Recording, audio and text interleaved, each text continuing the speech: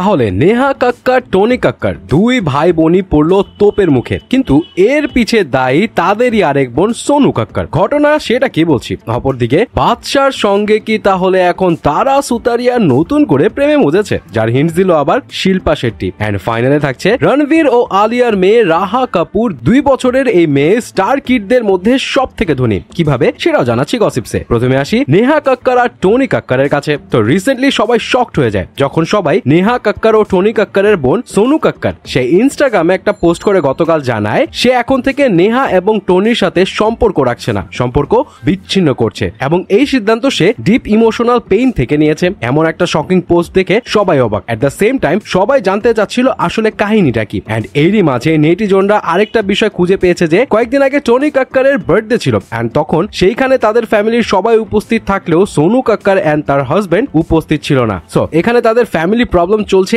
এমনটাই সবাই ধারণা করছিল। বাট কিছুক্ষণ পরে আবার সোনু কাক্কার সেই পোস্ট ডিলিট করে দেয়। এন্ড এরপরই তোপের মুখে পড়ে দুই ভাই বোন সহ সোনু কাক্কারও, কারণ অনেকেই মনে করছে এটা তাদের সাজানো নিজেদের ফ্যামিলি ড্রামা, কিম কার্দাশিয়ানের স্টাইলে ফ্যামিলি ড্রামা করছে এবং আলোচনায় থাকার জন্য এসব কাহিনী করা হচ্ছে। এন্ড এগুলো হয়তো বা সবই সস্তা পাবলিসিটি স্টান্ট। এবার আসা যাক তারা সুতারিয়ার কাছে। তারা সুতারিয়ার এক্স বয়ফ্রেন্ড আধার জৈনের তো বিয়ে হয়ে গেল, এবং এরই মাঝে তারা সুতারিয়া আরেক এক্স ঈশান খাট্টারের সঙ্গেও বেশ কয়েকদিন ঘোরাফেরা করছিল। বাট এবার জানা যাচ্ছে তারা সুতারিয়া নাকি র্যাপার বাদশার সঙ্গে মুভ অন করে ফেলেছে, এমন একটা গুঞ্জন উঠেছে। এবং এইসব গুঞ্জনের মাঝে শিল্পা শেট্টি যে কাণ্ড করলো সেটা দেখে আসলে এমন হলেও হতে পারে। ইন্ডিয়ান আইডলের একটা এপিসোডে শিল্পা শেট্টি বাদশাকে দেখে শুধু তারা তারা করছিল। बादशाह मैंने सुना है दिन में भी तारे देख रहे हैं आप, तारा देख रहे हैं आप, टन टन टन टन टन तारा।